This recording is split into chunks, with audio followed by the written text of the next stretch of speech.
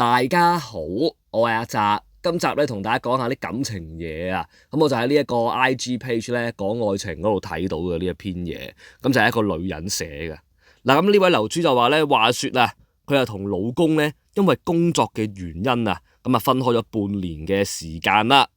嗱，咁最近咧樓主嘅老公啊就同兩個女仔 friend 就係揸車咧去玩一個禮拜喎，哇咁撚開心啊嚇！嗱，咁期間咧就話嗰兩條女就瞓酒店喎，佢老公咧就話自己瞓喺架車上面嚇，咁撚得意啊！我話唔撚信噶啦，你信你老公瞓車定信我係秦始皇啊？嗱，咁至於沖涼嗰啲咧就話上去女仔房嗰度沖，咁但係咧問題嚟啦，就係佢老公咧成日都唔覆佢手機啊，唔覆電話，然後咧問親佢老公咧，佢老公就話揸緊車啊咁樣，有免提噶嘛大佬啊，走盞啦！嗱，咁咧。樓主就同老公講啦，喂，你將心比己啊！如果而家我同兩個男仔 friend 出去玩一個禮拜，你又會點諗啊？嗱，佢老公嘅回答就犀利啦，佢老公就話啦，冇乜所謂喎啊！嗱，咁於是咧，樓主就質疑自己啦，到底係我問題定係點啊？佢哋三條友啊，夜媽媽做乜都冇人知啦啊！到底咧自己係咪戴綠帽咧定抑或係自己諗多咗咁樣？嗱，其實咧，我睇呢一單嘢咧，樓主嘅老公有冇出軌咧？喺呢一件事上面未必係一個重點嚟噶。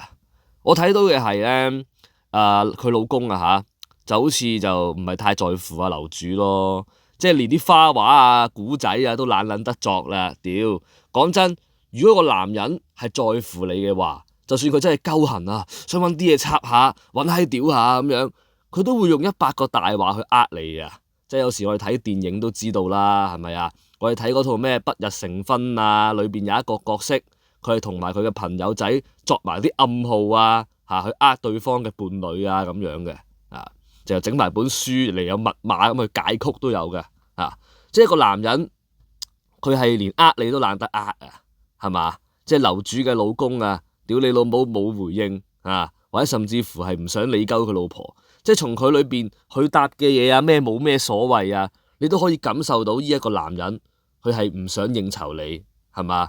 所以就算最後啦，呢個男人可能真係冇出軌嘅，我都覺得要拜拜咯，因為呢一個人根本就唔在意你，佢連同你爭拗都費撚事啊！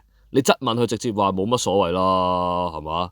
即係你同第二個男人啊，同其他男人啊，咩去旅行啊，咩兩個男人去玩啊。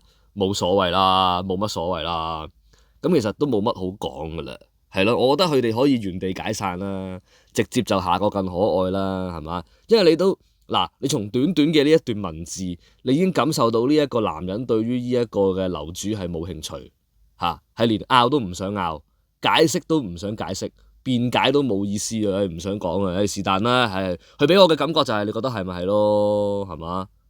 你同其他男人去啊？是但啦，係嘛？咁所以我覺得樓主就可以係解散噶啦。咁至於你老公有冇出軌，呢個係後話啦。咁但係呢個男人就係對你已經係冇愛噶啦。有咁樣嘅情況。嗱，咁咧，今集節目咧咁啊做短啲啦，講到嚟呢度啦，都冇咩特別。咁啊中意我哋節目咧，咁啊歡迎咧係訂閱翻我哋嘅頻道啦。咁我哋就係下次見啦，各位網友，拜拜。